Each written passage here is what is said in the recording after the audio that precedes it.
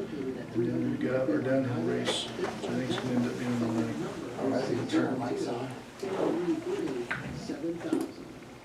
And a big thank you to Desert Financial Credit Union for sponsoring our KRIM Community Spotlight program. Welcome back, everyone. Chris Higgins in the studio. Had a great time earlier with Coach Brian Burke and a couple of his players, Robbie McInerney and KP. Again, you want to head out to the football game tonight. Kickoff is 7, and they're doing the tailgating starting at 5. Thank you to the Santana family for putting that on. Proceeds go to the football team. So again, go out there, support those guys. And it is homecoming week.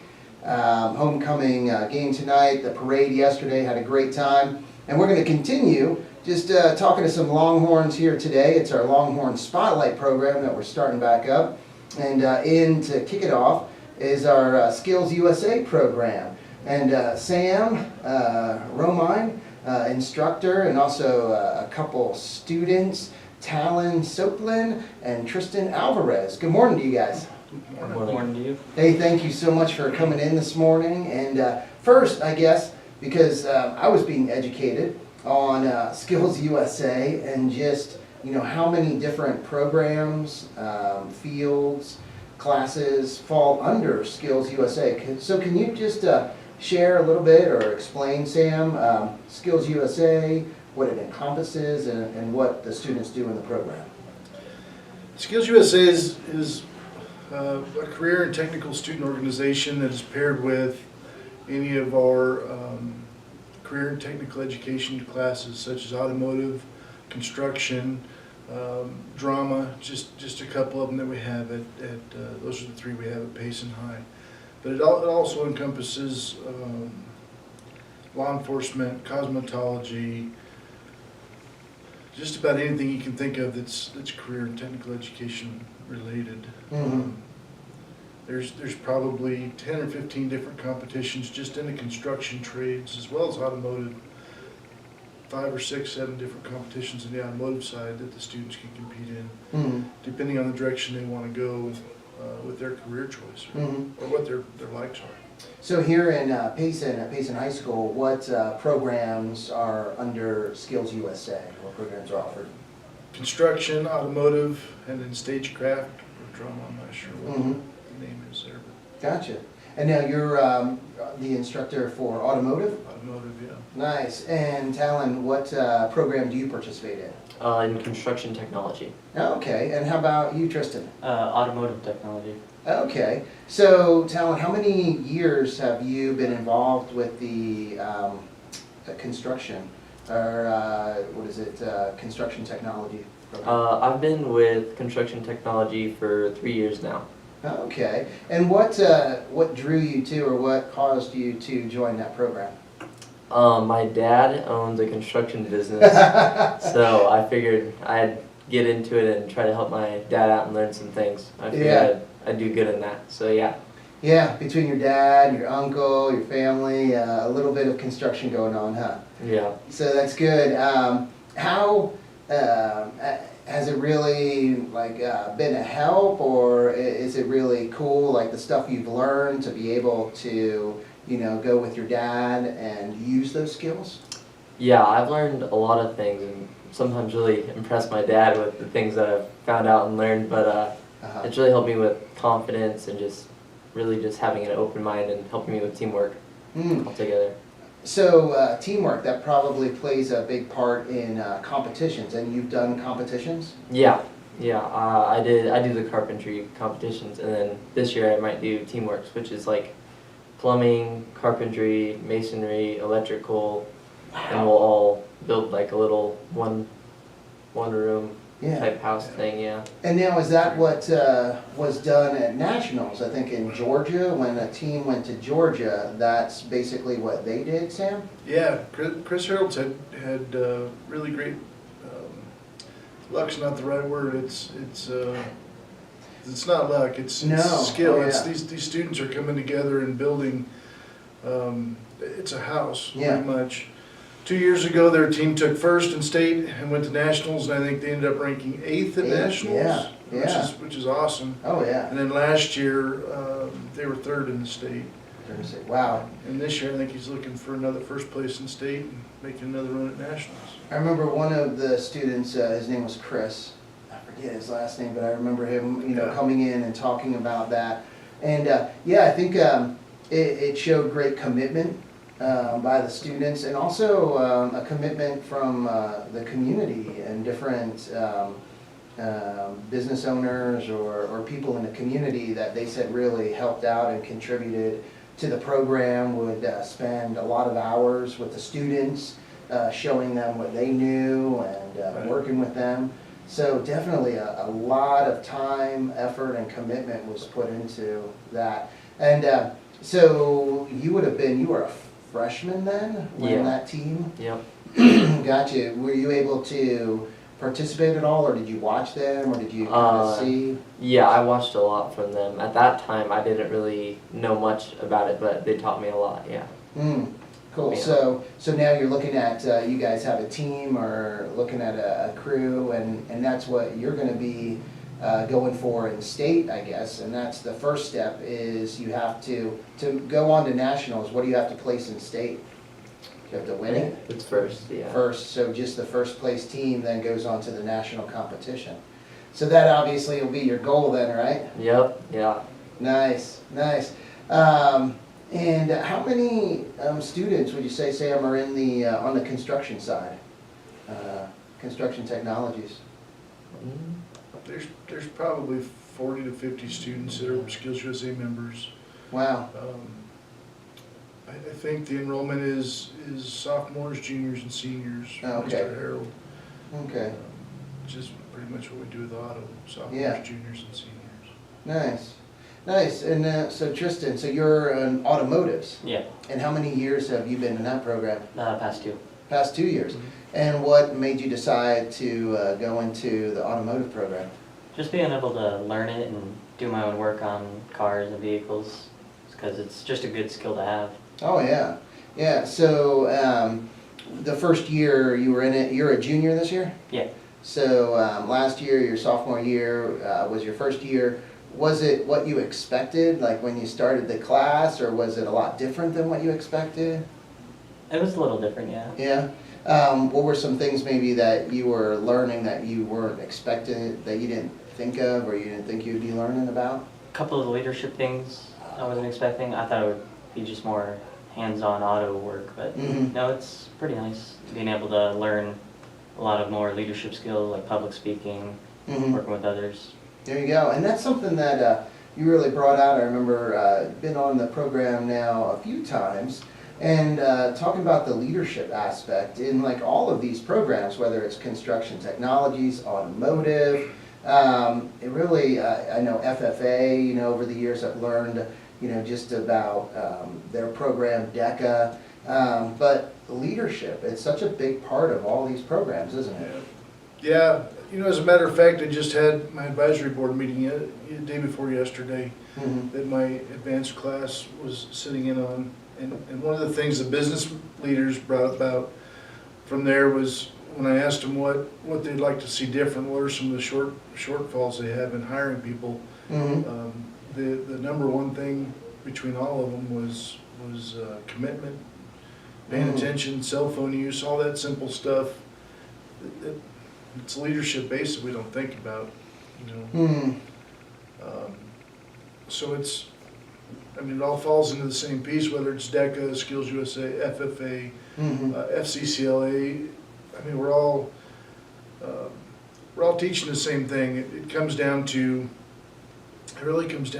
these students. Tristan may not be an automotive technician for his full-time job after this. Talon may not be a construction person. He may go somewhere else. But the skills they learn, the business skills they learn, the communication skills they learn, all that stuff goes across the board regardless of where they decide to go for a career. Mhm. I think communication, that's a big one. Also, character. Yeah. Character and just the way you conduct yourself. In a work environment or professional environment, I think it definitely is a case where in the CT programs and all of them, that's taught. that's something that, you know, students get to experience, they learn, you know, firsthand. Right.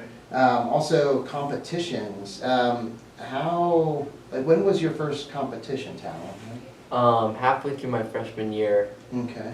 there was 2 students that could not go for I don't know what reason, but Harold told me that I had to go. We needed to fill in a spot, so yeah, I went to state for carpentry. All right, and how was that experience? It really just like opened my eyes to see like how what I could do in this amount of time and how I could figure this out and read the plans and make what I could, I guess. Yeah. Mm-hmm. Yeah, it wasn't a case where you had someone you know that was showing you, or you could you know turn to someone, oh, what does this mean, or how do I do this, or but you had to figure that out, huh? Yeah. So was that were you kind of nervous, you know, for that one? Yeah, I was kind of nervous since I don't know, I wasn't really prepared for it, and I kind of just got thrown in last minute, so yeah, I was a little nervous. So how have the more recent competitions been since that one? A lot better. I've learned a lot more, so yeah, and I've been prepared a lot more too, but. Gotcha. Yeah. And now you used a word I thought of right away, preparation. How important is preparation for the competitions? Man, it can be everything. I mean, like, we could be building one thing, and if we're not prepared for something else, then you might not know it at all, and it can ruin it, yeah. And I think I remember from the Skills USA competition, the national competition a couple years ago, that's what the team faced, where they were like up there first, second, third. I mean, they were up at the top, and then they had to do siding and the roofing and things that they had never done before. Right. And they still were able to place, you know, 8th nationally, which is amazing. But it just made me think, wow, if they had been prepared, if they had known, you know, and really, you know, going back east, because I think it was in Georgia. Yep. Yeah, so, you know, just different and working with different materials and just a lot of differences. So it was hard for them to be prepared for that, because it's just not materials and things that we do out here. So. You know, and one of the biggest challenges, especially with nationals, when we have our state, is either in March or April, and then we have the end of the year come up right after that for school, and then these kids have jobs. I mean, so juggling time to practice and prepare for that national competition when they're working jobs. Yeah. You might get one kid in here, one kid in there, but to get a team together to actually practice is a heck of a challenge. Yeah, and I know one advantage, you know, back east, I don't know if other parts of the country, the Midwest, but back east you have vocational technical schools, VOTEC. I remember that was half of the school day for us if you were in tech, where you went to, it was a different facility, and you went there, and that's all you did for half the day was that technical, that trade, you know, whatever you were in. And these students are competing against students like that in the state of Arizona. I mean, we have schools like that, EVIT in Metro Phoenix, EVIT, West Mac, just to name a few big schools, and that's all they specialize in is the trades.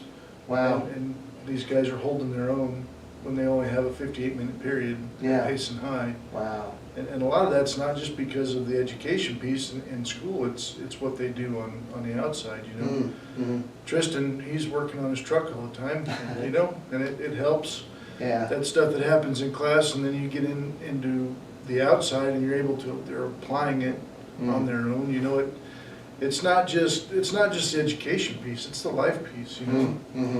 So what kind of truck do you have? It's an 85 Chevy C20. Ah, so yeah, 85, 350? Yep. Hey, there you go. 4-barrel carb? Is it carb or is it fuel injected? Carb. Carb? Yeah. Ah, so how long have you had that? Not too long, just from the past summer. It's been. Oh, okay. It was my mom. She got it for like $300, like 2005. And then they fixed it up by just throwing like a $100 part. Yeah. And the owner was really mad that we got it working cheap. And Yeah. just been passed down, brother-in-law, sisters, and then to me. Uh-huh. So it's not gonna get as messed up. Yeah. Think about that back 2005, a $300 truck, Sam. Yeah, try and find that these days, huh? It'd be nice to find one like that. Yeah. The truck he's talking about's in pretty good shape. Yeah? Yeah. Oh, yeah. No, I remember a friend of mine, I think, what did he have? An 84. Had an 84, but it was the Chevy. It wasn't a C. And C20, that's 3/4 ton then? Yeah. Yeah, where his was a 1/2 ton. But, no, nice. So, do you really enjoy working on that? Oh yeah, it's a lot easier. Like really simple. Mm-hmm. Just the most complicated part is just tracing wires. Oh, I had electrical. to do huh? that a lot. Yeah. Yeah, just be thankful you don't have a Dodge. Oh, That'd yeah. be even harder. They're electrical nightmares, man, Dodges. So, competitions, how, have you participated in competitions in the Yes. program? And how do you like those? They're pretty nice. Yeah? Nice and challenging. Mm-hmm. When was the last competition you had? I believe it was state, I think, State? or regional, one of the two. Okay. And you have, you're gonna be going or participating in state competitions this year? Yes. Nice. And what is the competition like? Is it, I mean, it's probably like the other programs where you don't know exactly what you're gonna be given, like what tasks, so you have to just try and prepare for whatever they throw at you. Is that how it works? Yeah, like one of them where we were just learning with the handheld multimeters. We had a thing called a dynamite stick, and it had 3 wires running throughout, but you couldn't tell which one was which, and you had to identify which wire went to the other end. Oh, That was wow. kind of difficult. Oh, wow. Okay. So, and could it be a case where you're given like a carburetor or, something with an engine, or have it diagnose or figure out what's wrong, or wiring? Yeah, Yeah. there was one where we had to, it was a big engine block, we just had all the parts labeled, you had to figure out which one, or you just had to fill out a chart. I think that was the closest we got. Mm. And then- Oh, wow.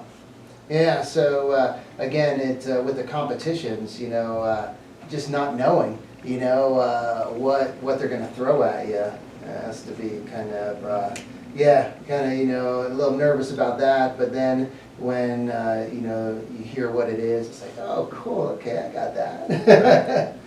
Now, so I have a comment, I believe your wife, Crystal, Yeah. watching, and she comments, loving that we're growing our work base here in Payson, Go Skills USA, and that's so true.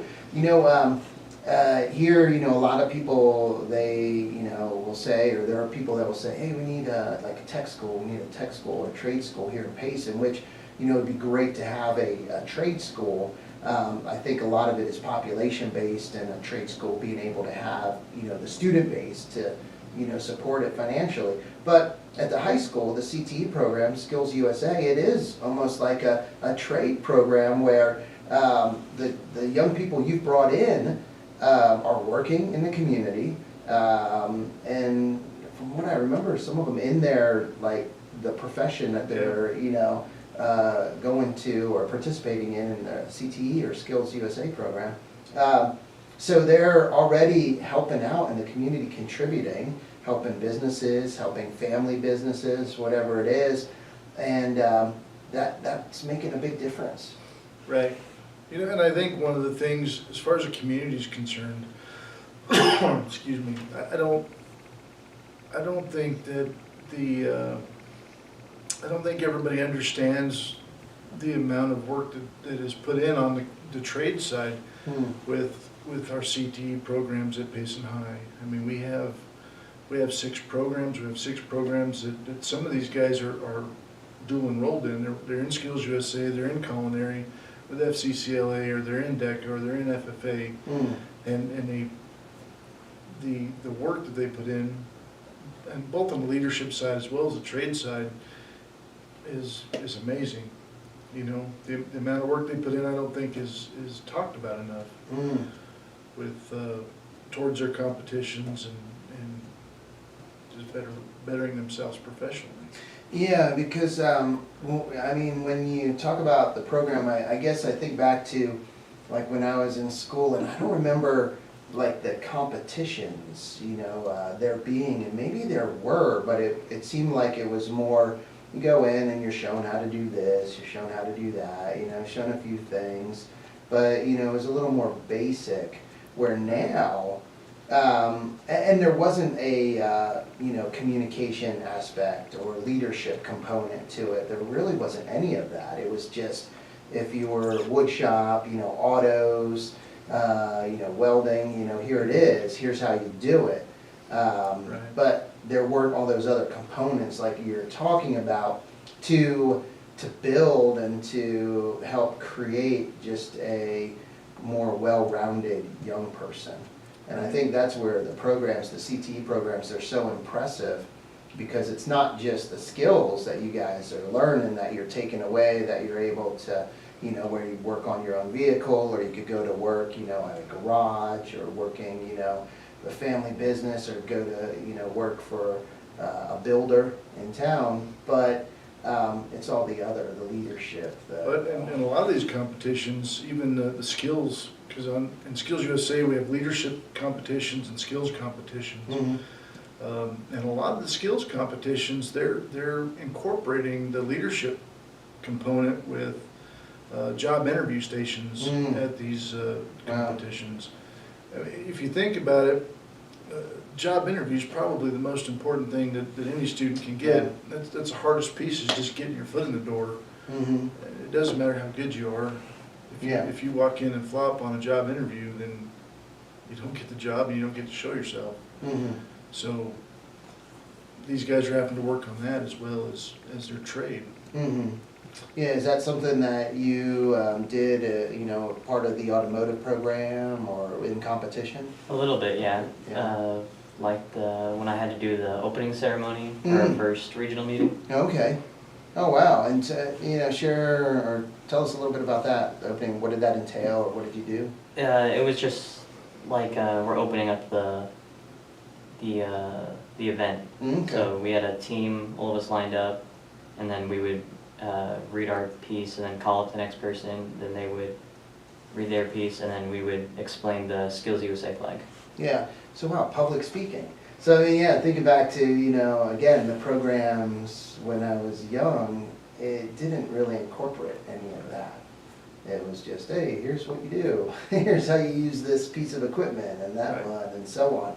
So, it's impressive. I know, I think we should be very thankful, and a lot of kids recognize it, and parents that have children in CTE programs, how fortunate we are to have all the programs here in Payson, because it's not like that everywhere, is it? It's not. Payson is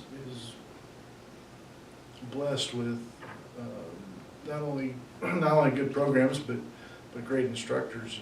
Mm-hmm. I think the amount of hours that are put in by instructors as well as the students is it can easily parallel that of the